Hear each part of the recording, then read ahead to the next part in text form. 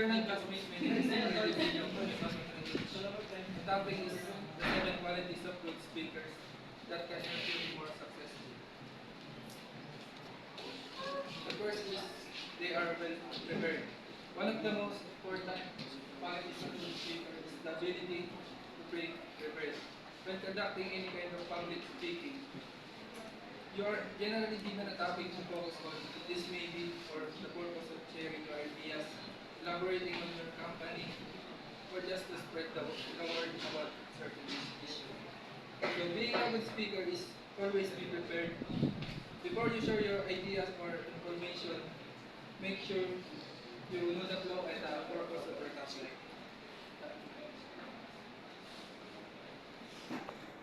Number two is they deliver unique message and ideas. One of the qualities of the good public speaker is the ability to deliver a unique message. Audience don't want to repeat something that they heard before. They want to hear perspective, not a take on things. Giving them a perspective, start out or powering and impactful. One of the easiest ways to deliver a unique message while speaking in public is just to stay true to yourself and your beliefs. Some audience ay inisa ulit-ulit na mga sinasabi. So before you deliver message or ideas, make sure to do not repeat and just stay true to yourself. Number 3 is provide memorable content. A good public speaker doesn't always deliver a speech or talk just to pass the time. Your public speeches are generally designed to help the audience improve on what they do or the way in which they think.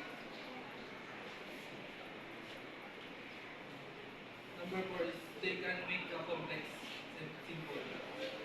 Sometimes individuals stand in front of a large audience and explain a concept that is not exactly simple. While you as a public speaker being able to grasp the concept of what you're talking about, the audience may not always follow the way. Meaning ay,